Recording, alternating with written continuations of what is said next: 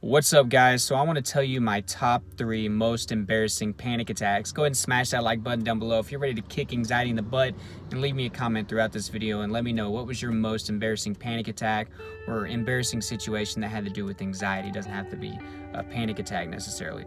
So guys, we'll start with number 3, my third most embarrassing panic attack. It happened whenever I was in the car going on a long trip to my cousin's band concert. It was really embarrassing because it was in front of family that wasn't used to seeing me in this state. So on the way there, like anytime I would have to travel a long trip, I would have a panic attack. So I had a panic attack. I didn't say much because it was my mother and my grandmother. My mother knew about my situation, but I didn't want to, get my grandmother all worked up. She's an older woman. I just didn't want her to really know either. So it was dark on the way there, so that was good. She couldn't see my facial expression, so I was able to hide it.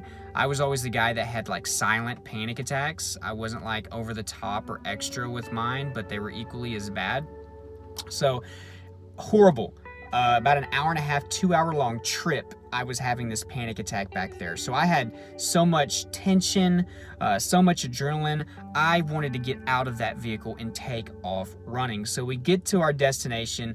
It was pretty embarrassing because I think she could tell, my grandmother that is, could tell that something was wrong with me when I got out of the car because I bursted out of the car. I started pacing back and forth, and then she asked me, I told her, I'm having a panic attack, I'm sorry. She's like, it's okay. And then we go into the gym where there's a band concert happening. So I have to sit through a band concert, which is like an hour and a half long, and it's in these bleacher stadium seats scrunched in between everybody. So my panic attack actually goes to the next level, and it's even worse. My chest starts hurting.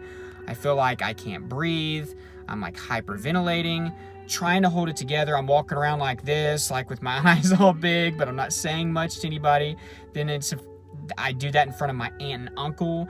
All the people around me can tell that something's kind of off with me. So eventually, halfway through the concert, I can't take it anymore. I had to like bull rush out of there, and I had to like squeeze through everybody. You know how it is trying to get through bleachers with everybody with their legs. So by the time I finally got out of that situation, I was like about to freaking burst. I don't even know. If you have panic attacks a lot, you know what it's like. So I went to the bathroom, put cold water on my face and head. I paced around outside and waited for them. We went to go eat dinner afterwards, which I didn't even enjoy. I took 2 Benadryl because I took those with me for emergencies, and I was able to pass out on the way home. So yeah, pretty embarrassing for me. The second most embarrassing panic attack happened with my best friend in the car. So my best friend comes from my hometown out of town to where I live, and I had the weekend off. So he was going to come into town. We threw this huge party, tons of alcohol. I got hammered, playing beer pong, listening to music all night, getting crazy, doing things that I shouldn't be doing as somebody that suffers from anxiety. Do not use alcohol to self-medicate your anxiety, and just stay away from drinking in general because it can lead to anxiety hangovers the next day and horrible panic attacks if you deal with panic disorder. So I just, for some reason, didn't care. I went too far. I got hammered. The next day I wake up, I know I kind of feel off, and I was like, it shouldn't be that big of a deal. Me and my friend had a big day planned. We were going to go out to eat for lunch, have a few drinks, and get some more beer and go golfing. And then at night, we were going to come back home, shower, and then go to the club and hang out. So a real big day playing with my best friend. I hadn't seen him in forever, so we were excited about this. So we get in a car, and we're heading into town, and then I have a panic attack, a big one. And I tell him, oh man, hey, can you pull over? He knew that I had some issues with this. I had told him about it, but he had never seen firsthand. And I think he was shocked, actually, at how crazy I looked and was acting.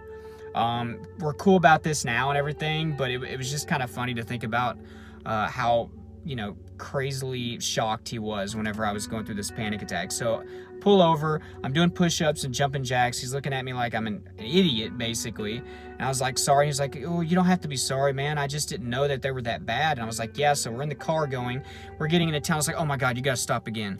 And he's like, really, dude? I was like, yeah, stop. So he's pulled over into this tire place. I get out, like I'm pacing back and forth.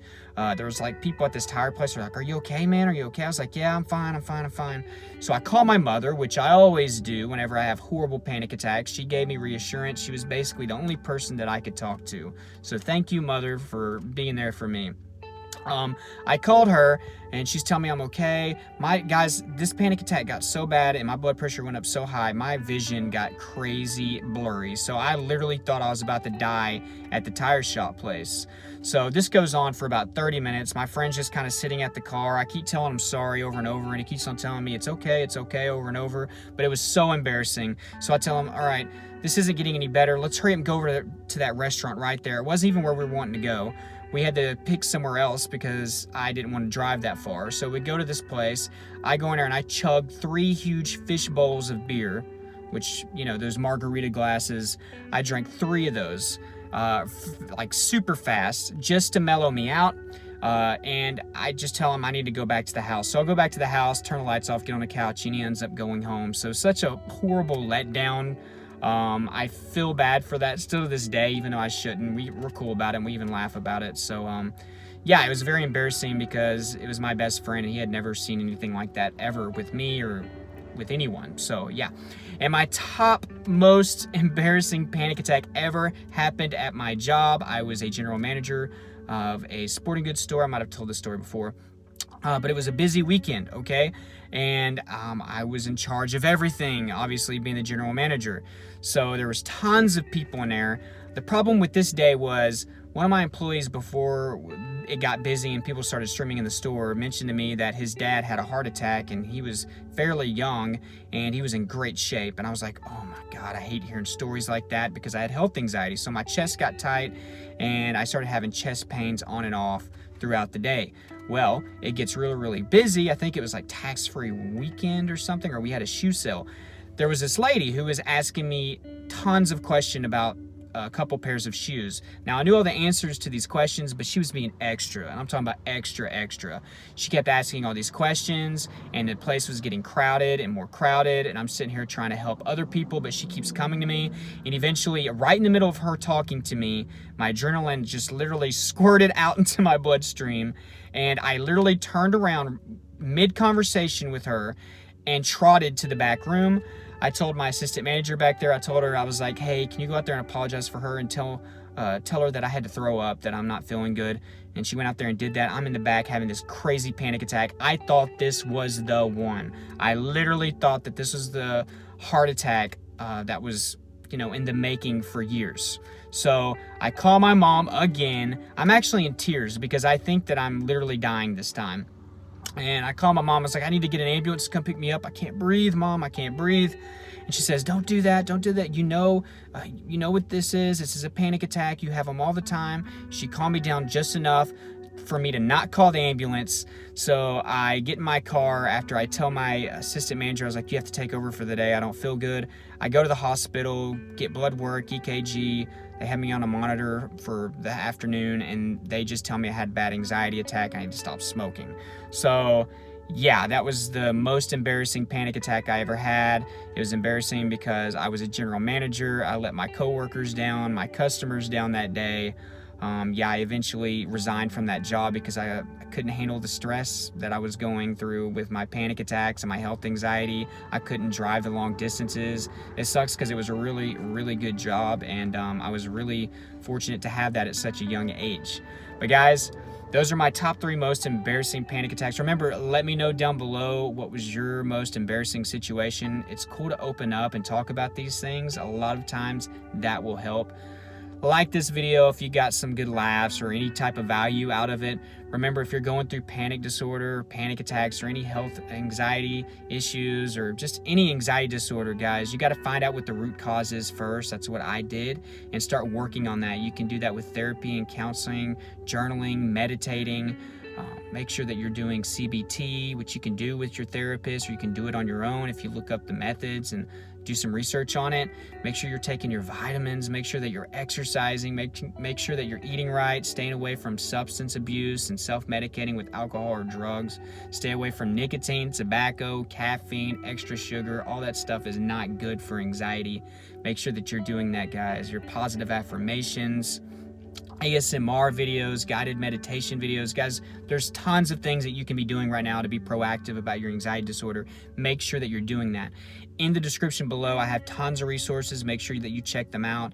The BetterHelp Therapy, I think you can do a free trial on that, and it's free to sign up. So do that. It's convenient. You can do therapy and counseling at your home, on your couch. So it's amazing. There's some other resources down there. Join that Facebook group, guys, if you're dealing with panic attacks. There's a lot of people in that group that deal with them and have some pretty interesting stories and methods on how they can calm down or chill out. So make sure that you join that group. We are over 2,000 members, by the way. Any anxiety disorder is welcome in that group. Join my Facebook, my Twitter, my Snapchat, my Instagram. It's all down below. So make sure that you join all of those. That allows us to be more connected, and you can see my videos on other platforms.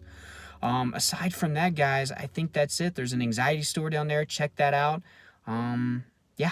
So thank you so much for watching, guys, and I hope you enjoyed it.